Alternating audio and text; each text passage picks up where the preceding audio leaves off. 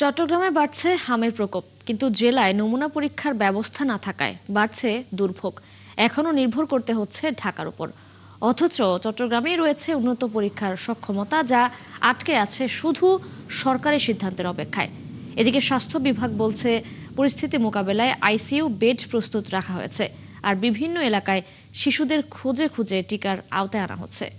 জহিরুল ইসলামের ক্যামেরায় জানাচ্ছেন রাজীব বড়ুয়া। গত ২৪ ঘন্টায় হামের উপসর্গ নিয়ে ১৪ জন সহ চট্টগ্রামের বিভিন্ন হাসপাতালে ভর্তি রোগীর সংখ্যা ৭৭ জন। এর মধ্যে হাম শনাক্ত হয়েছে ১৮ জনের, আর একজনের মৃত্যু হয়েছে হামের উপসর্গ নিয়ে।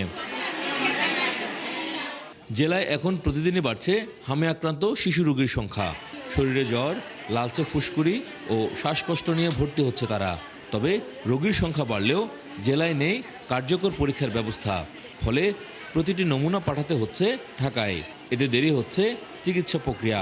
ভাইরোলজি ল্যাব এই সেটআপটা শুধু আমাদের বাংলাদেশে শুধু ইনস্টিটিউট অফ পাবলিক হেলথে এই ফ্যাসিলিটিস আছে।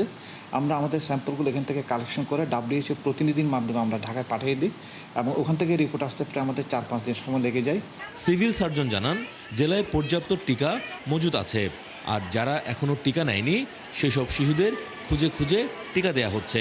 পাশাপাশি যে কোনো জটিল পরিস্থিতি মোকাবেলায় হাসপাতালগুলো প্রস্তুত রাখা হয়েছে।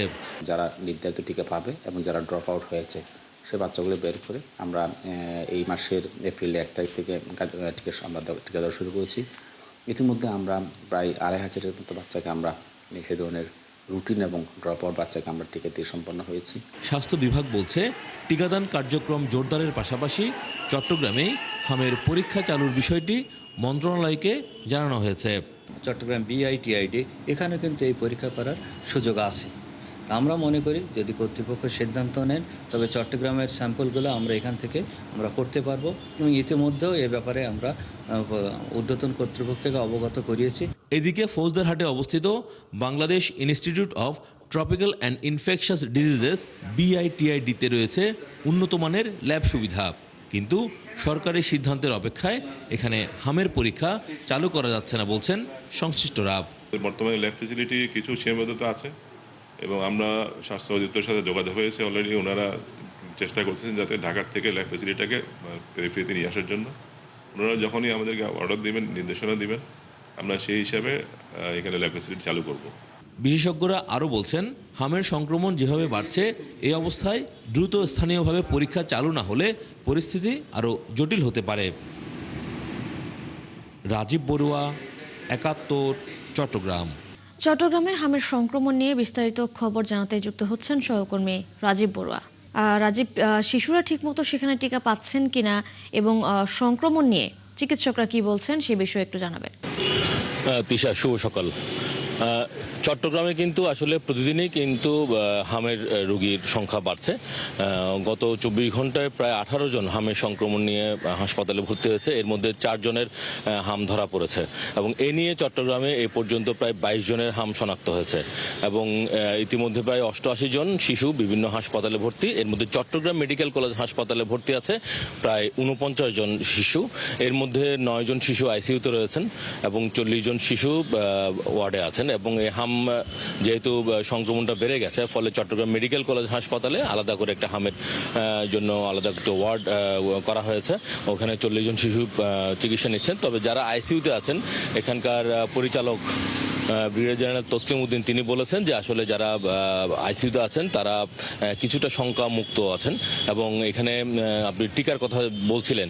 সিভিল সার্জন বলছেন যে আসলে টিকার কোনো সংকট চট্টগ্রামে নেই। চট্টগ্রামে প্রায় ১ লাখেরও বেশি টিকা রয়েছে, এবং যেহেতু চট্টগ্রামে সংক্রমণ কিছুটা কম, এই কারণে চট্টগ্রামে সরকারি নির্দেশনা যে রয়েছে যে আগে যেহেতু ৯ মাস থেকে ১৫ মাসে এই দুই সময়ে দুটা টিকা দেওয়া হতো, একটি ৯ মাসে একটি ১৫ মাসে।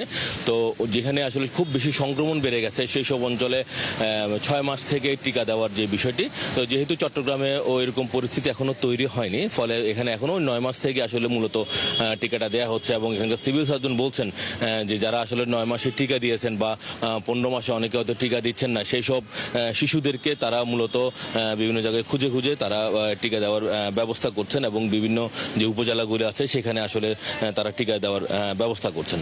তবে এখানকার চিকিৎসকরা যেটি বলছেন যে যেহেতু হামের সংক্রমণ নিয়ে অনেকে ভর্তি হচ্ছেন এবং সে হামের পরীক্ষা যেহেতু চট্টগ্রাম কোথাও নেই এবং সেটি আসলে সারা বাংলাদেশে কোথাও নেই, শুধুমাত্র ঢাকার মহাখালী ছাড়া, তো ফলে এখান থেকে নমুনাগুলো প্রথমে ঢাকায় পাঠাতে হয়, সেখান থেকে পরীক্ষার রিপোর্ট আসার পরে এখানে আসলে নিশ্চিত হওয়া যায় যে যে আসলে হাম হয়েছে কিনা। তো সেই ক্ষেত্রে এখানে চট্টগ্রামের যে সংক্রমণ ব্যাধি যে হাসপাতাল রয়েছে বিআইটিআইডি, সেখানে কিন্তু উন্নত মানের ল্যাব আছে, সেখানে পরীক্ষার সমস্ত ব্যবস্থাই কিন্তু আছে।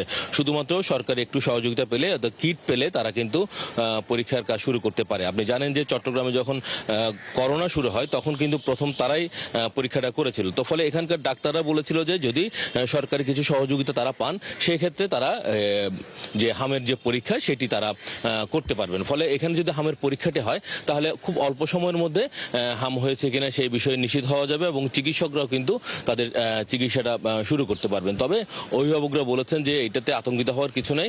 হাম জ্বর হলে স্বাভাবিক জ্বরের মতোই আসলে মূলত বাচ্চাদেরকে চিকিৎসাটা দিতে হয়। তবে যদি কাশি বেশি বেড়ে যায় বা শ্বাসকষ্ট বেড়ে যায় অথবা নিউমোনিয়া হয় বা ডায়রিয়া হয়, সেই ক্ষেত্রে কিন্তু অবশ্যই দ্রুত হাসপাতাল অথবা চিকিৎসকের পরামর্শ নিতে চিকিৎসকরা বলেছেন এটা নিয়ে আসলে অবহেলা করার কিছু নাই। যখনই আসলে এই ধরনের সিমটমগুলো দেখা যাবে তখনই দ্রুত আসলে হাসপাতাল অথবা চিকিৎসা কেন্দ্রে যেতে হবে। এমনিতে বলছেন যে একটু সচেতন থাকতে হবে, যেটি এটি সংক্রামক ব্যাধি, ফলে যখনই আসলে হামের উপসর্গগুলো চিহ্নিত হবে তখন তাকে একটু অন্যদের থেকে একটু আলাদা করে রেখে তাকে চিকিৎসা অথবা যদি বাসায় থাকে সেক্ষেত্রে আলাদা করে রেখে ব্যবস্থাটা নিতে হবে। তো সব দিক দিয়ে আসলে বিবেচনা করে এখানকার যারা স্বাস্থ্য বিশেষজ্ঞ তারা বলছেন যে এটা নিয়ে আসলে উদ্বিগ্ন হওয়ার কিছু নয়। চট্টগ্রামে যথেষ্ট পরিমাণে টিকা রয়েছে। রাজীব বড়ুয়া, আপনি আছেন সেখানে, আপনি থাকুন আমাদের সঙ্গেই। ধন্যবাদ। দর্শক, চট্টগ্রামের হামের সংক্রমণ নিয়ে জানাচ্ছিলেন আমাদের সহকর্মী রাজীব বড়ুয়া।